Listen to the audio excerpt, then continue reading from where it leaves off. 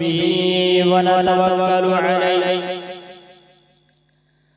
ونعوذ بالله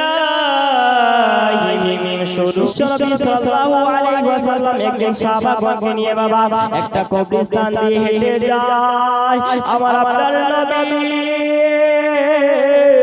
বিশ্বনবী সাল্লাল্লাহু আলাইহি ওয়াসাল্লাম যেমন কবরস্থান দিয়ে চলে যাচ্ছে বাবা যাওয়ার পরে যেন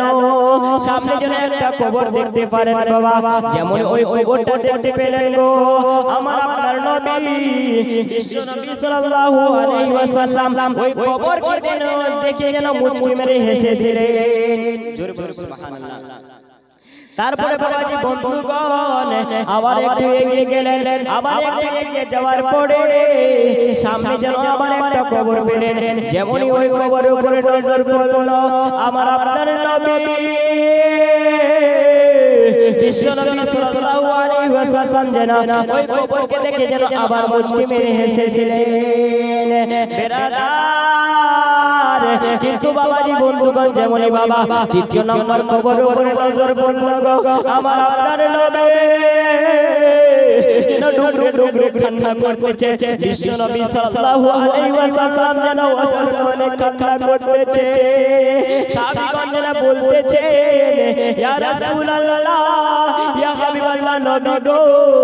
আপনার নজর যেন প্রথম কবরের উপরে গিয়েছিল গো নবী আপনি যেন মুচকি মেরে হেসে দিয়েছিলেন গো নবী আপনার নজর যেন দ্বিতীয় নম্বর কবরের উপরে গিয়েছিল গো নবী আপনি যেন মুচকি মেরে হেসে দিয়েছিলেন গো নবী ইয়া রাসূলুল্লাহ কিন্তু আপনার নজর যখন 3 নম্বর কবরের উপরে পড়লো গো নবী আপনি কেন ডুগরে ডুগরে কান্না করতে লাগলেন বিশ্বনবী সাল্লাল্লাহু আলাইহি ওয়াসাল্লাম বলতেছেন ও আমার সাহাবারা শোনো শোনো শোনো আমার নজর যখন প্রথম কবরের উপরে যায় সে যেন জান্নাতে ছিল আমার নজর যখন দ্বিতীয় নম্বর কবরের উপরে যায় সে যেন জান্নাতে ছিল কিন্তু আমার নজর যখন 3 নম্বর কবরের উপরে যায় সে যেন জাহান্নামে ছিল আল্লাহু আকবার। বিশ্বনবী সাল্লাল্লাহু আলাইহি ওয়াসাল্লাম বলতেছেন আমার নজর যখন প্রথম কবরের উপরে যায় সেই জন্য জান্নাতে ছিল আমার নজর যখন দ্বিতীয় নম্বর কবরের উপরে যায় সেও যেন জান্নাতে ছিল কিন্তু আমার নজর যখন 3 নম্বর কবরের উপরে যায় সেই জন্য জাহান্নামে ছিল। সাহাবীগণ জিজ্ঞাসা করলেন ইয়া রাসূলুল্লাহ ইয়া হাবিবাল্লাহ নবী গো ব্যাপার সেবার কি দুইটা মানুষ জান্নাতে আর 3 নম্বর মানুষ জাহান্নামের মধ্যে এটা কিভাবে সম্ভব? বিশ্বনবী সাল্লাল্লাহু আলাইহি ওয়াসাল্লাম বলতেছেন এই 3 নম্বর মানুষের গুনাহ ছিল যে এই মানুষটা নিজের মাকে অনেক দুঃখ কষ্ট দিয়েছিল এই বদ অভ্যাসের কারণে আল্লাহ তাবারক ওয়া তাআলা একে জাহান্নামের মধ্যে দিয়েছে বলুন আল্লাহু আকবার। বেরাদার বাবাজি বন্ধুগণ মুআজ্জাজ সামনে কেরাম যেমন বাবা এই কথাটা বলেছে এই কথাটা বলার পরে যেন আমার আপনার নবী বিশ্বনবী সাল্লাল্লাহু আলাইহি ওয়াসাল্লাম সাহাবাগণকে বলতেছেন ও আমার সাহাবারা তোমরা যাও যাও যাও তোমরা এই বস্তির মধ্যে এলান করে দাও তোমরা এই বস্তির মধ্যে মাইকিং করে দাও যে এটা কার মাইয়াতে বেরাদার মুআজ্জাজ সামনে কেরাম তারপরে যেন ওই সাহাবাগণ যেন ওই বস্তির মধ্যে চলে গেলেন বাবা ওই বস্তির মধ্যে যাওয়ার পরে যেন মাইকিং করে দিলেন আর বললেন সবাই যেন নিজ নিজ মাইয়াতের কবরের উপরে দাঁড়িয়ে যায় সুবহানাল্লাহ। যেমন বাবা এই কথাটা বলেছে এই কথাটা বলার পরে যেন সকাল হয়ে গেল সকাল হয়ে যাবার পরে যেন সবাই যেন নিজ নিজ মাইয়াতের কবরের উপরে দাঁড়িয়ে গেল কিন্তু বাবাজি বন্ধুগণ যেই কবরের মধ্যে আযাব হয়েছিল সেই কবরে একটা বুড়ি মা লাঠিতে ভর দিয়ে যেন টুক টুক টুক টুক টুক টুক করে যেন ওই কবরের মধ্যে দাঁড়িয়ে গেছে সুবহানাল্লাহ। দাঁড়িয়ে যাওয়ার পরে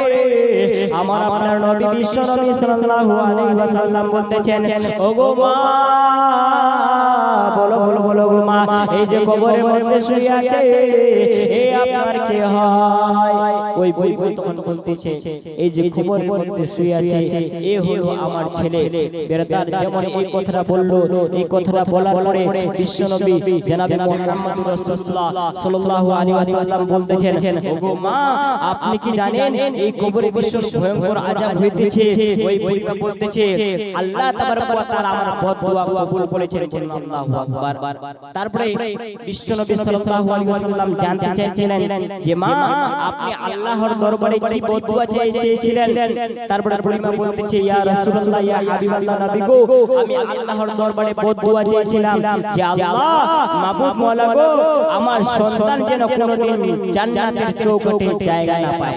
বেরাদার মুআজ্জাজ সামনে কেরাম বাবাজি বন্ধুগণ যেমন বাবা এই কথাটা বলেছে এই কথাটা বলার পরে যেন আমার আপনার নবী বিশ্ব নবী সাল্লাল্লাহু আলাইহি ওয়াসাল্লাম বুড়িমাকে বলতেছেন ও গো মা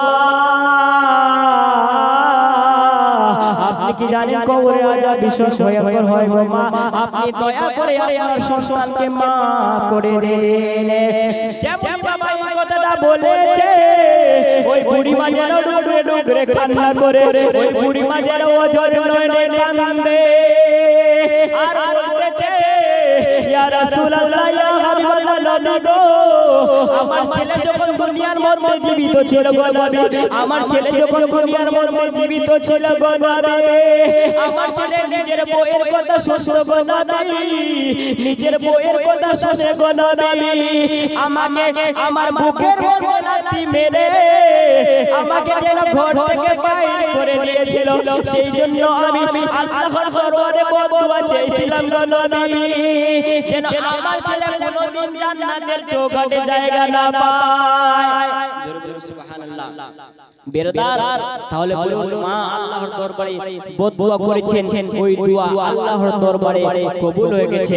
মায়ের দোয়া লাও হে মুমিন মায়ের দোয়া লাও জোরে বলুন